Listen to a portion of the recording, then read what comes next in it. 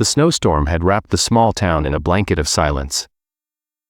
Frost clung stubbornly to the window panes, and the wind swept through the empty streets like echoes of forgotten cries. Inside a dimly lit diner at the town's edge, a man worked quietly behind the counter, wiping down tables that hadn't seen a single customer in hours. His hands were rough from years of labor, his apron marked with the stains of countless meals, each one served with care and love. Then, the faint jingle of the doorbell broke the stillness. He looked up, and there they were. 2 trembling children, drenched, hungry, and terrified. Their faces pressed against the glass, pale as ghosts of hardship. That moment would change everything. What the man didn't know was that his simple act of kindness on that freezing day would ripple through time, echoing for decades to come. A sleek black Rolls-Royce glided to a stop in front of that very same place. But it was no longer a shabby diner. It had become a sanctuary, a beacon of warmth, healing, and legacy. What happened between those years is a story of pain, sacrifice, and redemption you'll never forget. If you believe that kindness can transform lives, that second chances matter, and that even the smallest good deed can return 100-fold. Please like this video, share it with someone who needs hope today, and subscribe to Stories of Kindness.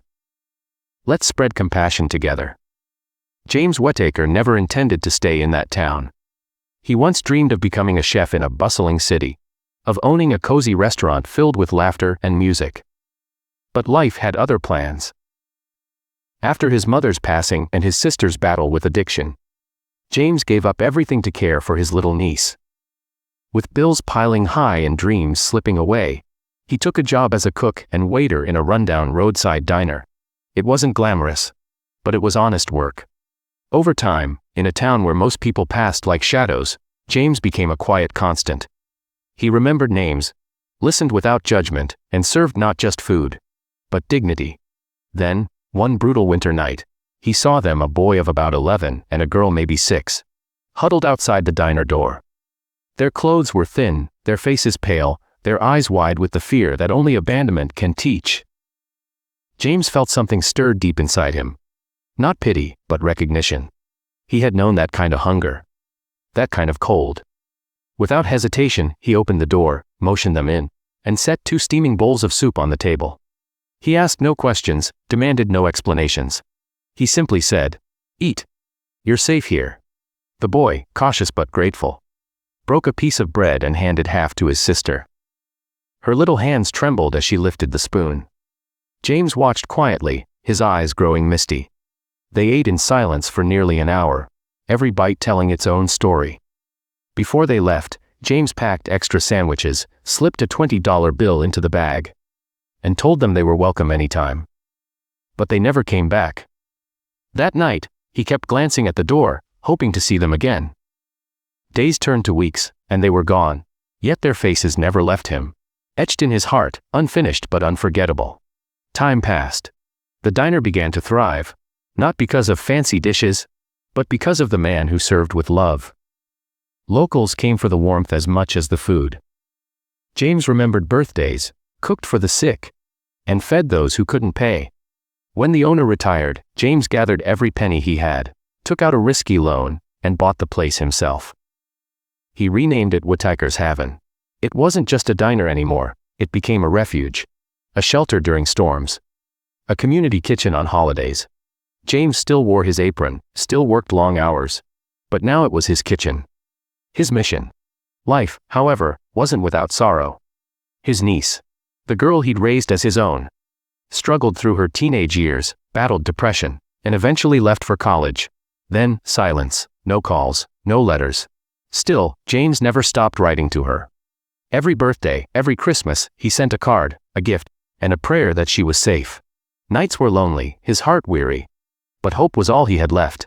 Then, one crisp morning, 22 years after that storm, James was prepping the kitchen before dawn when he heard a low hum outside.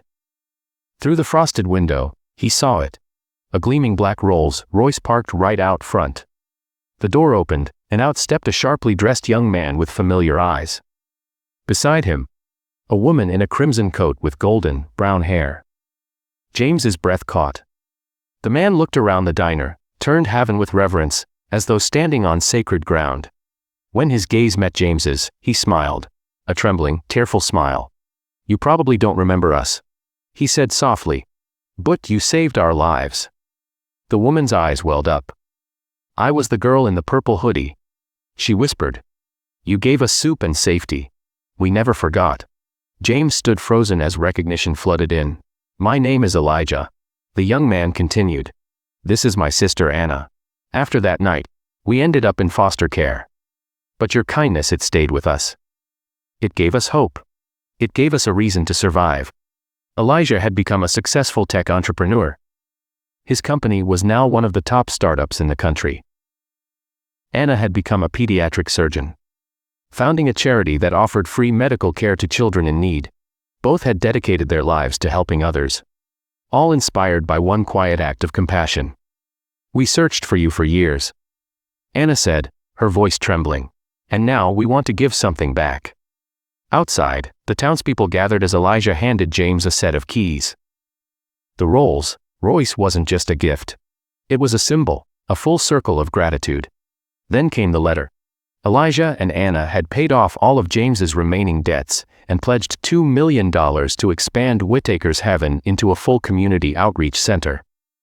Overwhelmed, James fell into their arms, tears mingling with the falling snow. The crowd cheered and wept, because they had always known James's worth. Now, the world knew it too.